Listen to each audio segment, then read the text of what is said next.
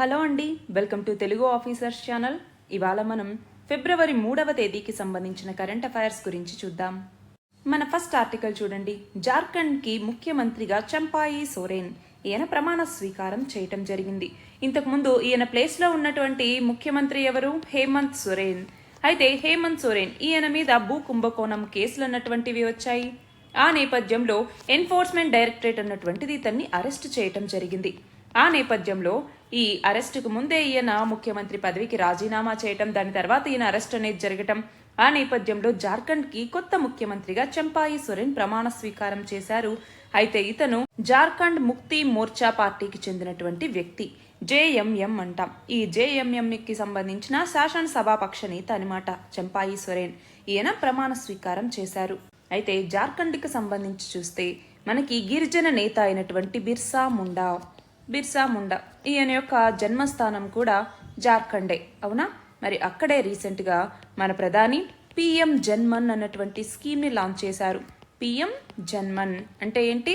ప్రధానమంత్రి జనజాతీయ ఆదివాసీ న్యాయ మహాభియాన్ అనేసి పిలుస్తూ ఉంటాం. ఇది పీవీటీజీస్కి సంబంధించింది. మన భారతదేశంలో మొత్తం ఎన్ని పీవీటీజీస్ ఉన్నాయి? 75 పీవీటీజీస్ ఉన్నాయి. అత్యంత దుర్బల గిరిజన సమూహాలంటాం. ఈ అత్యంత దుర్బల గిరిజన సమూహాలకి సంబంధించి వాళ్ళలో అభివృద్ధిని తీసుకురావాలనేసి చేపట్టినటువంటి కార్యక్రమమే ఈ పిఎం జన్మన్ అన్నటువంటిది. మరి దీనిని ఎప్పుడు ప్రారంభించారు? 2023వ సంవత్సరం నవంబర్ 15వ తేదీన. నవంబర్ 15నే ఎందుకు అంటే బిర్సా ముండా యొక్క జయంతి సందర్భంగా. సో ఇవి గుర్తుంచుకోవాలి. నెక్స్ట్ చూడండి, తమిళ్ సినీ హీరో అయినటువంటి విజయ్. ఈయన తమిళగ వెట్రి గజగం అన్నటువంటి పేరుతో ఒక కొత్త పార్టీని ప్రకటించడం జరిగింది. మరి ఈ నేపథ్యంలో అసలు పార్టీస్ యొక్క రిజిస్ట్రేషన్ అన్నటువంటిది ఎలా జరుగుతుంది? పార్టీస్ యొక్క రిజిస్ట్రేషన్ అధికారాలు అనేవి అసలు ఎవరికి ఉంటాయి అంటే ఎలక్షన్ కమిషన్కి ఉంటాయి. రిజిస్ట్రేషన్ అసలు దేని కింద జరుగుతుంది? మనకి రిప్రజెంటేషన్ ఆఫ్ పీపుల్స్ యాక్ట్ 1951 అన్నటువంటిది ఉంది. ప్రజా ప్రాతినిధ్య చట్టం అంటాం. ఈ చట్టంలో ఉన్నటువంటి సెక్షన్ 29A అన్నటువంటి దాని కింద పార్టీల రిజిస్ట్రేషన్ జరుగుతుంది. మరి పార్టీల రిజిస్ట్రేషన్ ఎవరు చేస్తారు అంటే ఎలక్షన్ కమిషన్ చేస్తుంది. వేటిని ఆధారంగా తీసుకొని అంటే ఏవి దీనికి పవర్స్ ఇస్తాయి అంటే ఒకటి సెక్షన్ 29A, రెండవది వచ్చేసరికి ఆర్టికల్ 324. ఇవి రెండు కూడా ఎలక్షన్ కమిషన్కి పవర్ అన్నటువంటివి ఇస్తాయి. మరి ఇక్కడ ఏంటి? ఎలక్షన్ కమిషన్కి సంబంధించి ఫస్ట్ ఆ ప్రొసీజర్ అన్నటువంటిది ఎలా ఉంటుంది అంటే ఒక పార్టీ అన్నటువంటిది రిజిస్టర్ చేసుకోవాలి అంటే పార్టీని ప్రకటించిన 30 రోజుల లోపల రిజిస్టర్ చేసుకోవాల్సి ఉంటుంది. 10,000 రూపాయలు దీనికోసం జమ చేయాల్సి ఉంటుందన్నమాట. 10,000 రూపాయలు జమ చేయాలి. అలాగే 100 మంది సభ్యులు ఆ పార్టీకి సంబంధించి ఉండాలి.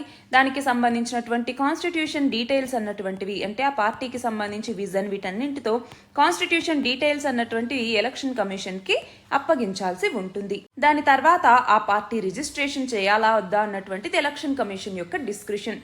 అలా పార్టీని రిజిస్టర్ చేస్తే అది రిజిస్టర్డ్ పార్టీ అవుతుంది. దాని తర్వాత ఎన్నికల్లో గనక పాల్గొంటే అప్పుడు స్టేట్ పార్టీనా లేదా నేషనల్ పార్టీ స్టేటస్ కంటూ కొంత క్రైటీరియా ఉంటుంది. ఆ క్రైటీరియా గనక ఈ పార్టీకి వచ్చింది అంటే అప్పుడు స్టేట్ పార్టీగానో లేదంటే ఇలా నేషనల్ పార్టీగానో దీనికి అనుమతి అన్నటువంటిది వస్తుంది. అంటే దాని తర్వాత ప్రమోషన్ అన్నటువంటిది వస్తుంది అనమాట. స్టేట్ పార్టీగానో లేదా నేషనల్ పార్టీగా. లేదు అనుకుంటే రిజిస్టర్డ్ పార్టీగానే మిగిలిపోతుంది. నెక్స్ట్ చూడండి, జ్ఞానవాపికి సంబంధించి జ్ఞానవాపి కేసు మనం చాలా రోజుల నుంచి దీని గురించి చదువుకుంటున్నాం, అవునా? జ్ఞానవాపి, కాశీ విశ్వనాథ్ కారిడార్, అలాగే జ్ఞానవాపికి సంబంధించి చాలా న్యూస్ల్లో ఉంటున్నాయి. అయితే రీసెంట్గా ఏమైంది? జ్ఞానవాపిలో ఆర్కియలాజికల్ సర్వే ఆఫ్ ఇండియా ఒక సర్వేని నిర్వహించింది. ఆ సర్వేలో ఏం తెలిసింది? ఈ మసీదుకి సంబంధించినటువంటి సెల్లార్లో వ్యాస్జీ మందిరం అన్నటువంటిది ఉంది. ఈ వ్యాస్జీ మందిరంలో లక్ష్మీదేవి, గణపతి వీళ్ళ విగ్రహాలు కూడా ఉన్నాయి. మరి ఆ నేపథ్యంలో ఇప్పుడు ఏమైంది? వారణాసి జిల్లా కోర్టు అన్నటువంటిది అక్కడ ఈ వ్యాస్జీ మందిరంలో పూజలు చేసుకోవటానికి హిందువులకు అనుమతి ఇచ్చింది. అయితే అప్పుడు ఈ జ్ఞానవాపి మసీద్ బోర్డు ఏం చేసింది? దాన్ని అలహాబాద్ హైకోర్టుకు ఆ కేసుని తీసుకెళ్ళింది. ఈ జ్ఞానవాపిలో పూజల మీద స్టే ఇవ్వండి అన్నట్టుగా. అయితే ఇప్పుడు అలహాబాద్ హైకోర్టు అన్నటువంటిది ఇలా స్టే ఇవ్వటానికి నిరాకరించింది. అంటే జ్ఞానవాపిలో ఇలా పూజలు చేసుకోవటానికి అనుమతిని అనేది ఇవ్వటం జరిగింది. అయితే ఇక్కడ మనం గుర్తుంచుకోవాలి, 1991లో తీసుకొచ్చినటువంటి ప్రార్థనా స్థలాల చట్టం అన్నటువంటిది ప్రార్థనా స్థలాల చట్టం. ఈ ప్రార్థనా స్థలాల చట్టం అన్నటువంటిది ఏం చెప్తుంది అంటే 1947వ సంవత్సరం నాటికి, అంటే మనకి స్వాతంత్రం వచ్చినప్పటికీ మన భారతదేశంలో ప్రార్థనా స్థలాల యొక్క పొజిషన్ ఎలా అయితే ఉందో దాన్ని అలాగే కొనసాగించాలి అన్నట్టుగా ఈ ప్రార్థనా స్థలాల చట్టం అన్నటువంటిది చెప్తుంది. నెక్స్ట్ చూడండి, చైనా యొక్క ముత్యాల సరంలో మాల్దీవ్స్ అంటున్నాం. చైనా ముత్యాల సరం అంటే ఏంటి? స్ట్రింగ్ ఆఫ్ పర్ల్స్ అంటాం.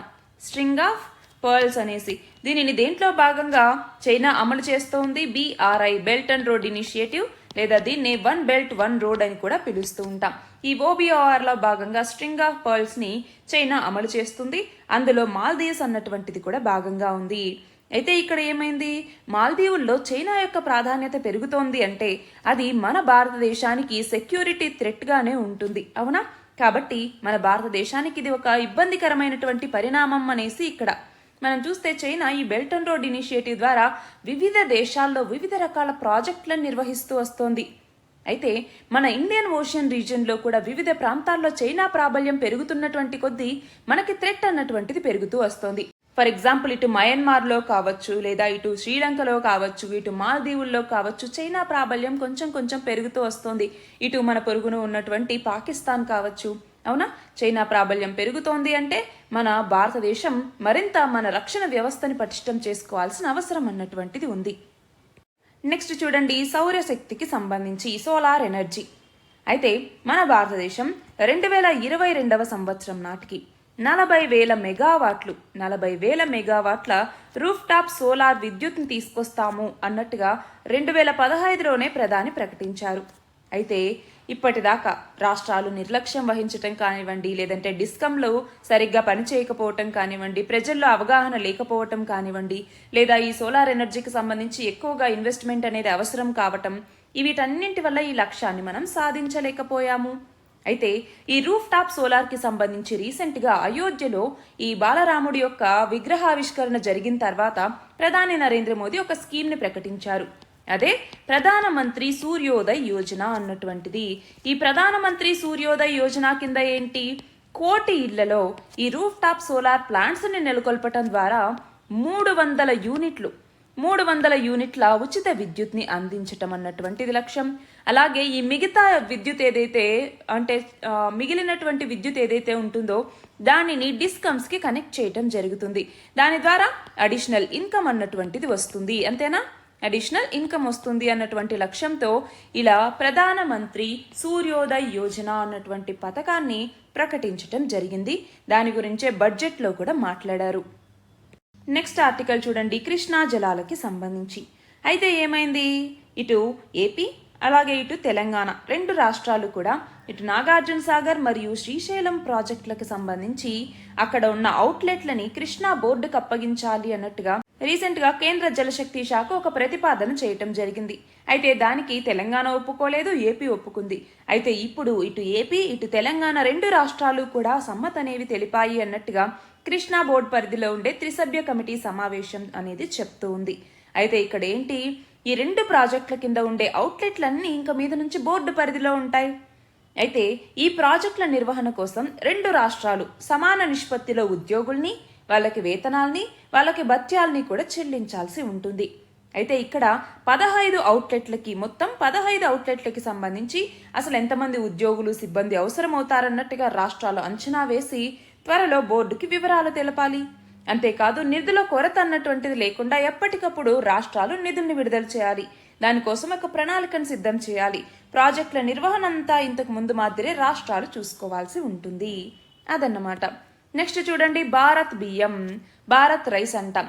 భారత్ రైస్ ని 29 రూపాయలకి అందుబాటులోకి తీసుకురాబోతున్నారు. బడ్జెట్లో కూడా దీని గురించి ప్రస్తావన ఉంది, అవునా? అయితే ఇప్పుడు ఏమైంది?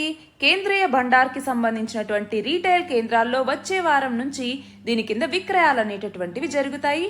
ఈ కామర్స్ వేదికగా కూడా ఈ భారత్ బియ్యాన్ని అందుబాటులోకి తీసుకురాబోతున్నారు. ఇప్పటికే మనకి భారత్ ఆట అంటే భారత్ గోధుమ, అలాగే భారత్ దాల్ అంటే శనగపప్పు, వీటిని కూడా ఆల్రెడీ అందుబాటులోకి తీసుకొచ్చారు. కేంద్రం విక్రయిస్తోంది. అలాగే ఇప్పుడు భారత్ బియ్యం అన్నటువంటి దాన్ని కూడా తీసుకొచ్చింది. నెక్స్ట్ చూడండి, లా కమిషన్ అన్నటువంటిది క్రిమినల్ పరువు నష్టాన్ని మన దేశంలో నేర చట్టాల పరిధిలోకి తీసుకురావాలి అన్నట్టుగా సిఫార్సు చేసింది. అప్పుడే మనం ఇష్టం వచ్చినట్టుగా నిందలు వేస్తూ ప్రసంగం చేయటం, ఆరోపణలు చేయటం, అలాంటి వాటి నుంచి తగిన రక్షణ అనేది ఉంటుంది అన్నట్టుగా చెప్పింది. అయితే ఇక్కడ ఏంటి, ఇటు ప్రభుత్వ ఆస్తుల్ని ధ్వంసం చేయటం లాంటి కేసుల్లో నిందితులు బెయిల్ పొందాలంటే వాళ్ళు నాశనం చేసిన ఆస్తి అంచనా విలువని డిపాజిట్ చేయటాన్ని షరతుగా విధించండి అన్నట్టుగా కూడా లా కమిషన్ చెప్తోంది. అప్పుడే ఇలాంటి నేరాలు అన్నటువంటివి జరగవు అన్నట్టుగా చెప్పటం జరిగింది. అయితే ఇక్కడ ఏమవుతోంది, ఈ నిరసనలు జరుపుతూ ఉద్దేశపూర్వకంగా బహిరంగ ప్రదేశాల్ని నిర్బంధించటం లేదా ఎక్కువ సమయం పాటు రోడ్ల మీద బైఠాయించటం, ఇలాంటి చేష్టలను అడ్డుకునేందుకు ఒక చట్టాన్ని లేదా కఠినమైనటువంటి నిబంధనల్ని తీసుకురండి అన్నట్టుగా లా కమిషన్ సిఫార్సు చేసింది. నెక్స్ట్ చూడండి, అమెరికా మన భారతదేశానికి 31 MQ-9B డ్రోన్లని అందించబోతోంది. దీనికి అమెరికా ఓకే చెప్పటం జరిగింది. దాదాపు ఇవి $4 బిలియన్ విలువైనటువంటి డ్రోన్లు. అయితే ఈ ఒప్పందం ద్వారా ఏంటి, రెండు దేశాల యొక్క రక్షణ భాగస్వామ్యం అనేది పెరుగుతుంది. అలాగే ఇండో పసిఫిక్ లో శాంతి, సుస్థిరత, అలాగే స్వేచ్ఛా నౌకాయానాన్ని కాపాడేటటువంటి అంశాల్లో మన భారతదేశ పాత్ర అన్నటువంటిది ఉంది చూశారు. ఆ భారతదేశ పాత్ర పెరగటం ద్వారా కూడా రెండు దేశాల సంబంధాలు మెరుగుపడతాయి అన్నట్టుగా దీని యొక్క ఉద్దేశం. నెక్స్ట్ ఆర్టికల్ చూడండి, క్యాన్సర్ కి సంబంధించి మన దేశంలో 2022లో 9 లక్షలకు పైగా క్యాన్సర్ మరణాలనేవి సంభవించాయన్నట్టుగా WHO చెప్తోంది. అందులోనూ ఇక్కడ మనం చూస్తే ప్రపంచవ్యాప్తంగా 2 కోట్ల క్యాన్సర్ కేసులు అనేవి నమోదైతే 97 లక్షల మరణాలనేవి సంభవించాయి. భారత్లో 75 లోపు వాళ్ళలో అయితే 10.6% మంది క్యాన్సర్ బారిన పడేటటువంటి ప్రమాదం ఉంది. అలాగే ఈ మరణం ముప్పు 7.2%గా నమోదైంది. ప్రపంచవ్యాప్తంగా అయితే క్యాన్సర్ బారిన పడేటటువంటి అవకాశం 20%, అలాగే మరణం ముప్పు 9.6%గా ఉన్నాయి. అయితే 2022కు సంబంధించి ప్రపంచంలో 2/3 వంతు కొత్త కేసులకి, మరణాలకి ప్రధానంగా 10 రకాల క్యాన్సర్లే కారకంగా ఉన్నాయి. అయితే మొత్తం మీద 185 దేశాల్లో 36 రకాల క్యాన్సర్ డేటాని తీసుకుని విశ్లేషించి ఈ రిపోర్ట్ని ఇచ్చారు. అయితే ఇక్కడ చూడండి, గర్భాశయ ముఖద్వార క్యాన్సర్ ఏదైతే ఉంటుందో దీన్ని తొలి దశలోనే గుర్తించి ఒకవేళ రోగ నిరోధక వ్యవస్థని మరింత బలోపేతం చేస్తే అప్పుడు ఈ క్యాన్సర్ని అరికట్టచ్చు అన్నట్టుగా అమెరికాలోని ఒక ఇన్స్టిట్యూట్ అధ్యయనం చేసి తేల్చింది. అయితే హ్యూమన్ ప్యాపిలోమా వైరస్ వల్ల ఈ గర్భాశయ ముఖద్వార క్యాన్సర్ అన్నటువంటిది వస్తుంది. సర్వికల్ క్యాన్సర్ అంటాం, అవునా? సర్వికల్ క్యాన్సర్ దేని ద్వారా కలుగుతుంది? ఈ సర్వికల్ క్యాన్సర్ అన్నటువంటిది HPV, హ్యూమన్ ప్యాపిలోమా వైరస్ అంటాం. దీనికోసం ఇచ్చేటటువంటి వ్యాక్సిన్ కూడా HPV వ్యాక్సిన్ అనేసి పిలుస్తూ ఉంటాం. అయితే రీసెంట్గా బడ్జెట్లో కూడా ఈ HPV వ్యాక్సిన్ గురించి మాట్లాడడం జరిగింది. 9 నుంచి 14 సంవత్సరాల లోపు పిల్లలకి ఈ HPV వ్యాక్సిన్ని మరింత అందుబాటులోకి తీసుకురావాలి. ఈ సర్వికల్ క్యాన్సర్కి సంబంధించి దీని బారిన పడేటటువంటి వాళ్ళని తగ్గించాలి అనేసి మన భారతదేశం లక్ష్యంగా పెట్టుకుంది, అవునా? అయితే ఇక్కడ మనం చూస్తే మన భారతదేశంలో మహిళలకు వచ్చే క్యాన్సర్లో గర్భాశయ ముఖద్వార క్యాన్సర్ 2వ స్థానంలో ఉంది. అయితే ఇక్కడ రేడియేషన్, కీమోథెరపీ, అలాగే మన యొక్క ఇమ్యూనిటీని మెరుగుపరిచేలాగా పెంబ్రోలిజుమాబ్ అనేటటువంటి కొత్త ఔషధం, ఇలాంటివన్నీ కూడా ఉన్నాయి. కానీ మనం ఎక్కువగా ఈ గర్భాశయ ముఖద్వార క్యాన్సర్ రాకుండా ముందుగా వ్యాక్సిన్ తీసుకోవటం అన్నటువంటిది అవసరం. సో ముఖ్యంగా అవేర్నెస్ని తీసుకురావాలి. ఇప్పుడు మనమైనా కూడా మన చుట్టూ ఉన్నటువంటి వాళ్ళకి ఇది చెప్పాలండి, ఇలా క్యాన్సర్లు పెరుగుతూ ఉన్నాయి, పర్టికులర్ రీజన్స్ అంటూ ఇప్పుడు ఏవి పెద్దగా ఉండట్లేదు కాబట్టి అవేర్నెస్ని కల్పించాలి. ఒక్కసారి వెళ్ళి స్క్రీనింగ్ చేయించుకోండి, వ్యాక్సినేషన్ అనేది వేయించండి. మన ఇంట్లో కనుక పిల్లలు 9 to 14 years ఉంటే వాళ్ళకి వ్యాక్సినేషన్ వేయించండి. సో అలాంటి బాధ్యత అన్నటువంటిది మనం కూడా తీసుకోవాలి, జస్ట్ న్యూస్లో చదవటం మాత్రమే కాదు. ఇక్కడ చూడండి, సర్వికల్ క్యాన్సర్ బాధితులు మన భారతదేశంలో 3.42 లక్షల మంది ఉన్నారు. అంటే ఒక్కసారి దాని ప్రభావం ఎలా ఉందన్నటువంటిది మనం గమనించవచ్చు. అందులోనూ తెలుగు రాష్ట్రాల్లో చూడండి, ఏపీ 7వ స్థానంలో ఉంది, తెలంగాణ 11వ స్థానంలో ఉంది. అయితే ఎక్కువ మంది ఉత్తరప్రదేశ్లో ఇలా సర్వికల్ క్యాన్సర్ బాధితులున్నారు. ఆ తర్వాత తమిళనాడు, తర్వాత పశ్చిమ బెంగాల్, తర్వాత బీహార్, తర్వాత కర్ణాటక, తర్వాత మధ్యప్రదేశ్, ఇలా వివిధ రాష్ట్రాలు ఉన్నాయి. నెక్స్ట్ చూడండి, మన భారత నౌకాదళం సోమాలియా తీరానికి దగ్గరలో సముద్రపు దొంగలు అంటే పైరేట్స్ అంటాం, పైరేట్స్ ఆట కట్టించింది. వాళ్ళ దగ్గర నుంచి 11 మంది ఇరాన్ నావికులతో పాటు పాకిస్తాన్కి చెందినటువంటి 8 మందిని రక్షించటం జరిగింది. దానికోసం వెళ్ళినటువంటి నౌక ఏంటి? INS శారద అన్నటువంటిది. మరి ఎందుకని ఇక్కడ సముద్ర దొంగలు ఎక్కువగా ఉంటున్నారు? మనం చూస్తే ప్రపంచంలోనూ అన్ని సముద్ర ఏరియాల్లో వీళ్ళు ఉండట్లేదు, కేవలం కొన్ని పర్టికులర్ ఏరియాస్లోనే. అది కూడా ఏంటి, ఎస్పెషల్గా మనం గమనిస్తే రీజన్స్ ఏంటి అనేసి మనం గమనిస్తే, ఎక్కడైతే ఎక్కువగా దేశాల యొక్క నావికా దళం బలంగా లేదో అక్కడ పైరేట్స్ ఎక్కువ మంది ఉంటారు. అందులోనూ ఎక్కువగా ఈ మనం ఏవైతే ట్రాన్స్పోర్ట్ చేస్తూ ఉంటామో, వివిధ రకాల భారీ నౌకలు వివిధ రకాల వస్తువుల్ని ట్రాన్స్పోర్ట్ చేస్తూ ఉంటాయి అవునా, అందులోకి వచ్చేసరికి ఎక్కువ మంది సిబ్బంది ఉండరు, మహా అయితే 20 మందో 30 మందో ఉంటారు, అంతకు మించి ఉండరు అవునా. సో అలాంటి వాటిని టార్గెట్గా చేసుకుని ఈ సముద్రపు దొంగలు వాటి మీద దాడి చేయటం జరుగుతుంది. నెక్స్ట్ చూడండి, మన భారతదేశం ఐక్యరాజ్య సమితి బడ్జెట్కి 2730 కోట్ల రూపాయలని విరాళంగా ఇచ్చింది. అయితే ఐక్యరాజ్య సమితి బడ్జెట్కి నిధులు అందించినటువంటి గౌరవాన్ని పొందిన 36 దేశాలలో మన భారతదేశం కూడా ఒకటి. నెక్స్ట్ చూడండి, కేంద్ర ఆర్థిక మంత్రి 2024 ఫిబ్రవరి 1న లోక్సభలో తాత్కాలిక బడ్జెట్ని ప్రవేశపెట్టడం జరిగింది. మొత్తం బడ్జెట్ ఎంత? 47,65,768 కోట్లు. రెవెన్యూ వసూళ్లు 30,01,274 కోట్లు. రెవెన్యూ వ్యయం 36,54,657 కోట్లు. మూలధన వసూళ్లు 17,64,494 కోట్లు. మూలధన వ్యయం వచ్చేసరికి 11,11,111 కోట్లు. అయితే బడ్జెట్లో ముఖ్యాంశాలు చూడండి, 2047 కల్లా మనం అభివృద్ధి చెందిన దేశంగా అవతరించాలనే లక్ష్యం పెట్టుకున్నాం. మౌలిక వసతుల కల్పనకి 11.11 లక్షల కోట్లను కేటాయించారు. అలాగే వ్యవసాయం మరియు అనుబంధ రంగాలకి 1.27 లక్షల కోట్లు.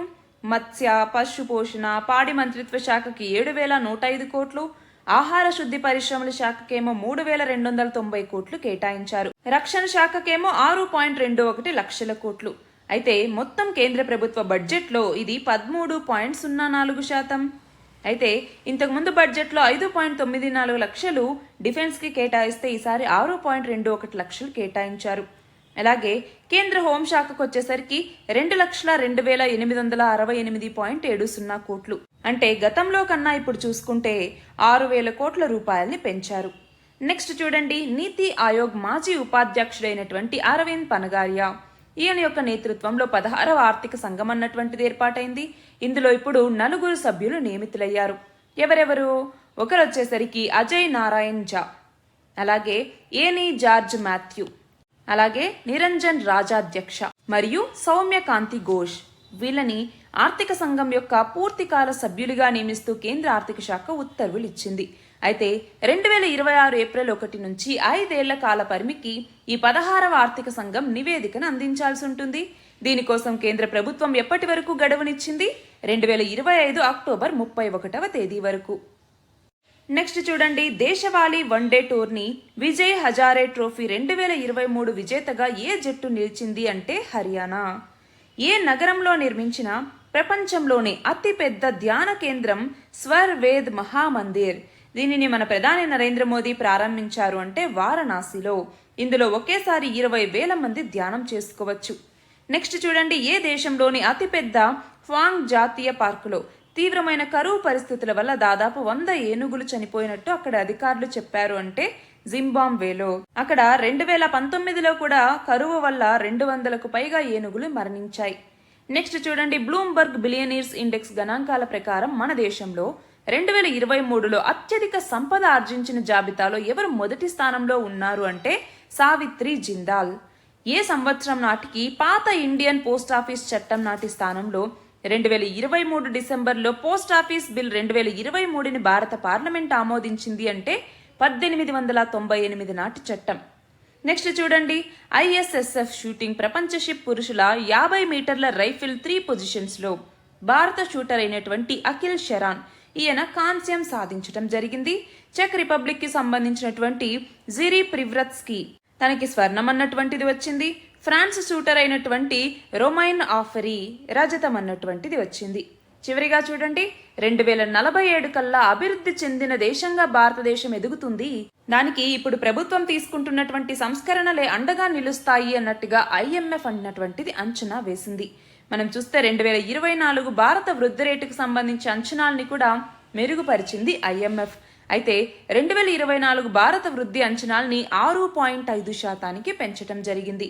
ఎందుకని అంటే ఒకటి, ఇక్కడ భారత ఆర్థిక వ్యవస్థ 2023లో బలమైన పనితీరును కనపరించింది. అంతేకాదు డిజిటలీకరణ విషయంలో కూడా భారతదేశం నిర్ణయాలు తీసుకోవటం ఆ దేశానికి చాలా ప్రయోజనాన్ని చేకూర్చాయి అన్నట్టుగా IMF చెప్పింది. ఇవి ఇవాల్టి ఇంపార్టెంట్ ఆర్టికల్స్. PDF వీడియో డిస్క్రిప్షన్లో ఉంటుంది, మీరు చూడొచ్చు. All the very best and thank you very much.